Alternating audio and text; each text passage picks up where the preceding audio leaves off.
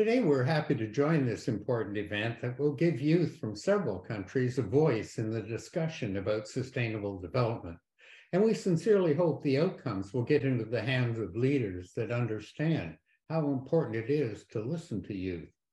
My name is Charles Hopkins, and I hold the UNESCO Chair at York University in Toronto, Canada. Hello, and my name is Katrin Kohl, and I'm the Executive Coordinator and Principal Researcher for the UNESCO Chair here at York University.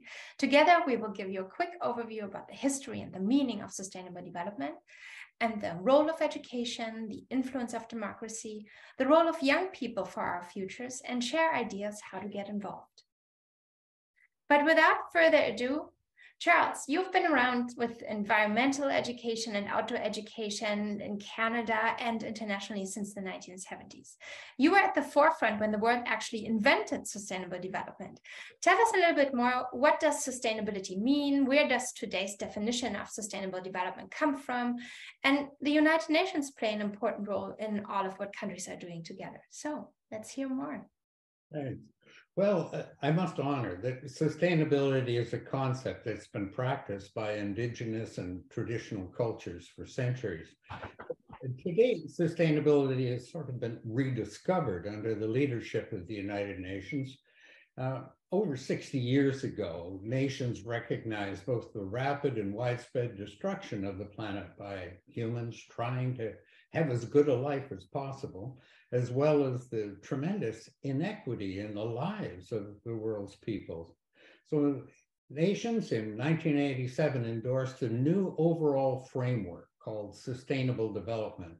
Now, this UN definition states, sustainable development is development that meets the needs of the present without compromising the ability of future generation to meet their own needs. But sustainability also includes concepts of trying for a balance between economic growth, environmental care, and social well-being of all. And it also means doing this in a fair and sort of equitable way, ensuring social justice. I like two other definitions, though. One from an indigenous elder in South Africa in 2002, put it simply as this: enough for all forever. Now, we can all talk about, what is enough? But the idea of for all is interesting. Does he mean his tribe? Does he mean all South Africans? Does he mean all people? Does he limit it to people being an indigenous person? I think he is referring to all forms of life. And then forever being the intergenerational. In Scandinavia, they substitute enough because they think of it as things. They say well-being for all, forever. And exploring well-being is really interesting. But as well as defining sustainability, the role of the United Nations is to really collectively help nations implement the vision of sustainable development by developing and leading implementation strategies. To date, we've had 3 of these. In 1992, the first one was Agenda 21. And then in 2000, we had the Millennium Development Goals. And then in 2015, the world has adopted the 2030 Agenda with the 17 Sustainable Development Goals that I think we're all familiar with and seeing the chart. Interestingly, all of these plans include youth. Thank you. Well, beyond the voice of youth, and I have to admit, I do remember David Suzuki's daughter speaking in 1992 when I was still in school. But beyond the voice of youth, Agenda 21 very early recognized the role of education for sustainable development and for achieving sustainable development. You were actually one of the authors that wrote the chapter 36 that included education, training, and public awareness in advance of the Rio Summit. Nowadays, we often hear that education is the key to sustainable development, yet more and more people in this world actually have access to education, and countries now have agreed on 12 years of formal education instead of simply basic education as it was in 1992. But we're still facing tremendous devastation. We're fighting climate change. We just had a pandemic, and we still see biodiversity loss. How can we believe in education as a key to a better world when we're seeing that more and more educated people do not necessarily make this world a better one? Yeah, it is confusing, isn't it? But really, it depends not on how much, but rather what is taught and how it is taught. The Sustainable Development Goals have a whole a list of 7 targets for improving education to really address sustainable development. There are 2 big concerns. I think the first one is ensuring that everyone has access and retention in quality education, even those in the poorest countries. And this includes access to both preschool and lifelong learning and training opportunities all through. You see the 7 targets within Sustainable Development Goal 4. But the second concern is questioning the purpose of our education system, questioning what we learn, including how we see ourselves in the world as adults. Is its purpose to prepare us to try and get as much wealth, for instance, and stuff as we can, regardless of the impact on others? You know, should it prepare us to live comfortable and meaningful lives, but aware of our global impact on others who are alive now and yet to come in the future? Should it further the concept that we are also global citizens with both rights and responsibilities for others, including, as the indigenous elders said, all forms of life? So we have agreed on sustainable development as sort of the overarching goal, but now we need to realign our education systems towards that goal, because, you know, so far, our systems have largely focused in other directions, you know, ignoring our collective impact on the planet as we pursue our individual well-being. Mm-hmm. Thank you. And as step 1 is probably understanding your own region better, I'm now turning to the audience, you out there, who are listening to us. I would like you to consider, and I'd like to encourage you while you're listening to share with each other and with us in the chat. What are the consequences of climate change in your region? What are you seeing? What has changed in your life, in your environment, in your community? Please share with us in the chat, where we're going to be going further and through our conversation. But so you get to know each other as you're coming from different countries and different regions in the world. So please, a question to you: where do you see the consequences of climate change in your region? And back to you, Charles. Well, again, I'm reminding our audience, please share in the chat. We're in Toronto, Canada here. So what are challenges that you are seeing as sustainability challenges at home? What are the issues beyond environmental question that you feel are of relevance for a better future in here, Toronto and in Canada? Right, well, interesting you mentioned beyond environmental issues, because we certainly do have environmental issues, but from our lifestyles and so on. But many of our ecological footprints are only seen in other countries where our goods are produced and where they're transported from. But just as ecological collapse due to climate change and biodiversity loss is catastrophic, so too would be societal collapse and economic collapse. We have homelessness, we have racism and other big city sustainability issues. But for me, the big issue is identifying and preparing for the needed social and economic adaptations that will likely be necessary due to both the expected and unexpected immigration that is going to happen globally. Thank you. Thank you. It's very interesting to learn about our own environment. And again, I encourage everyone to share what is happening in your region. What are the consequences of climate change that you are seeing? We are moving on to the most important theme, I think, of our today's session, and that is the role of youth.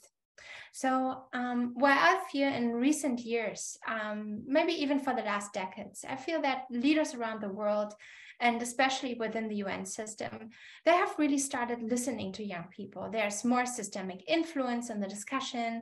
The United Nations and other UN agencies have youth advisors, youth councils, and young voices are really heard in conferences and are invited to be part of policymaking. And there's a global youth movement, I think, that we've all heard of. Fridays for Future, School Strike for Climate.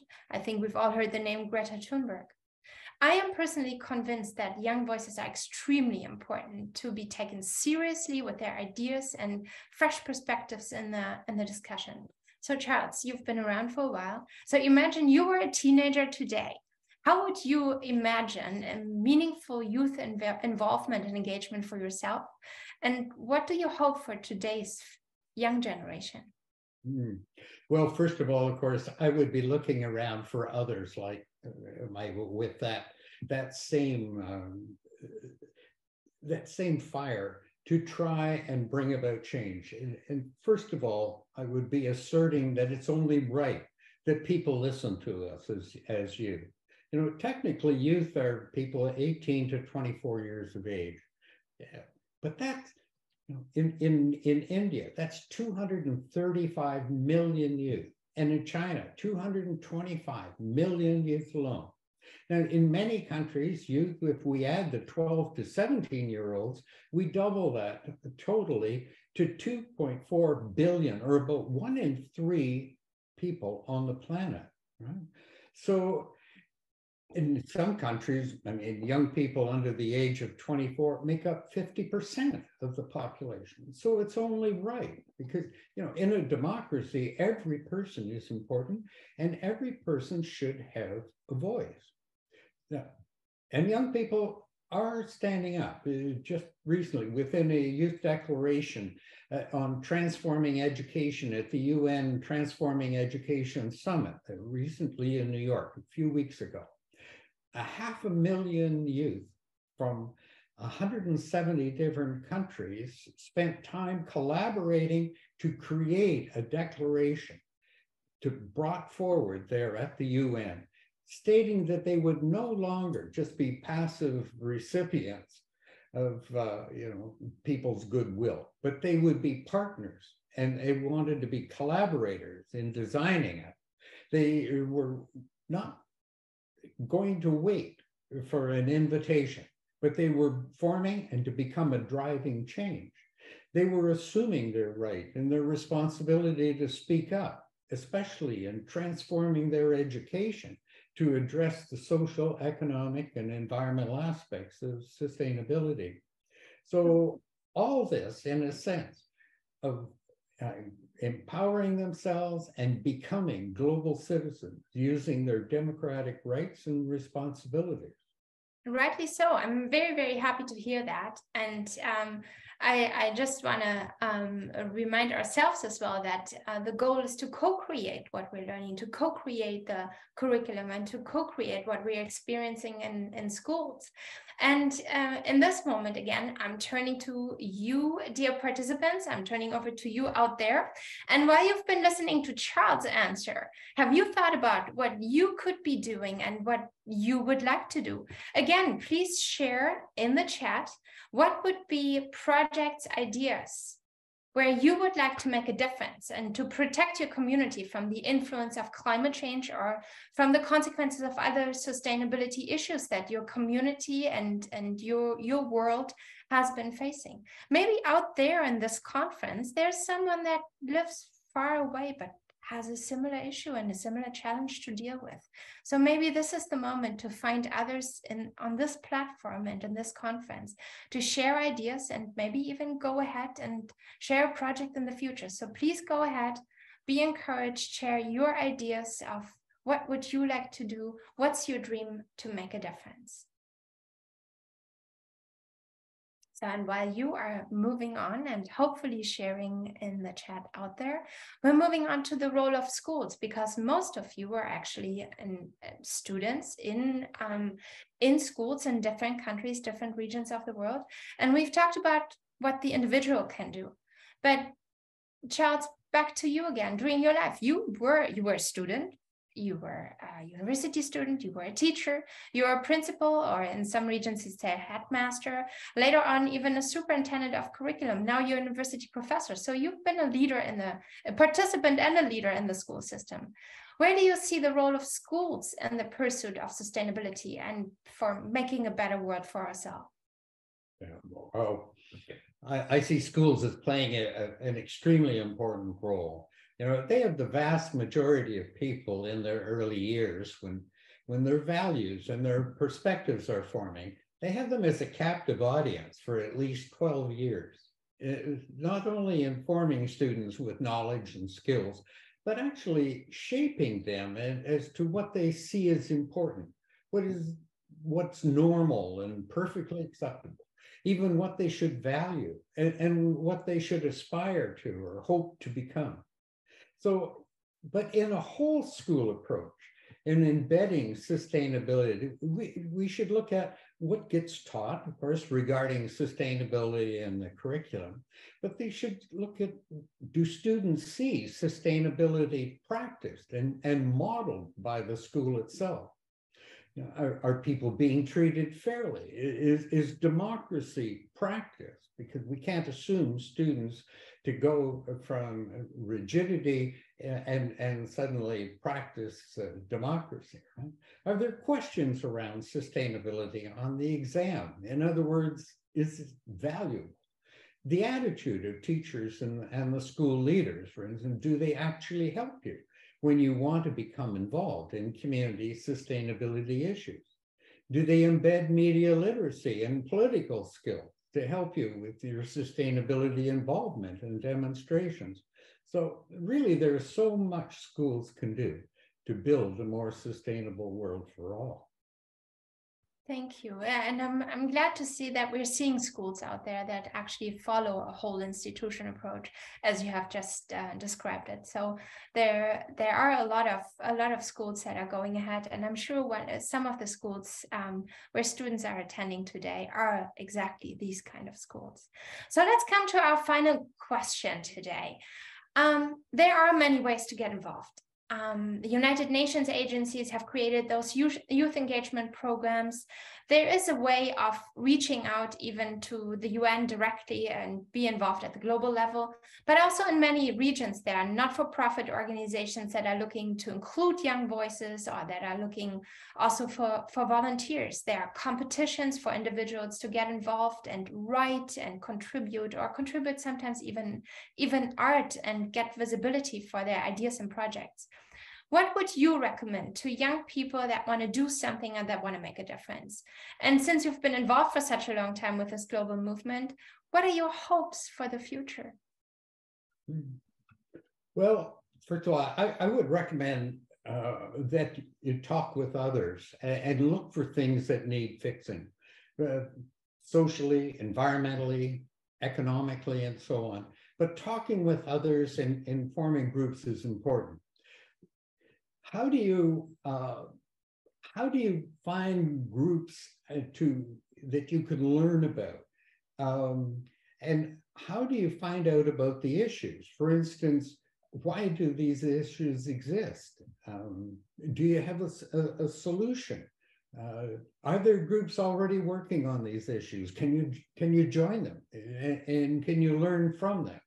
Because you need to develop the skills rather, that you will need and share your talents with the others.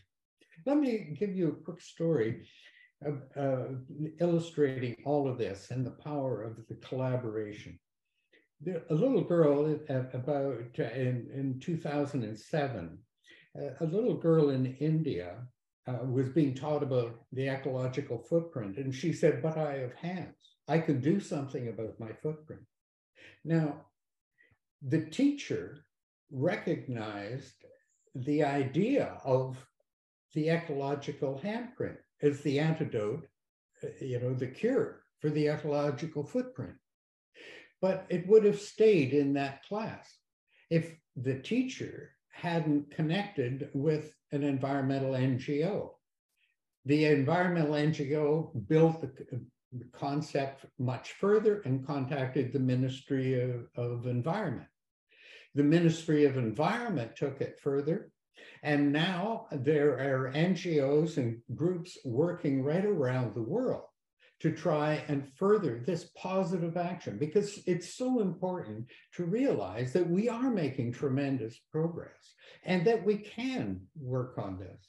But the importance of the whole thing is the idea of collaboration and network building.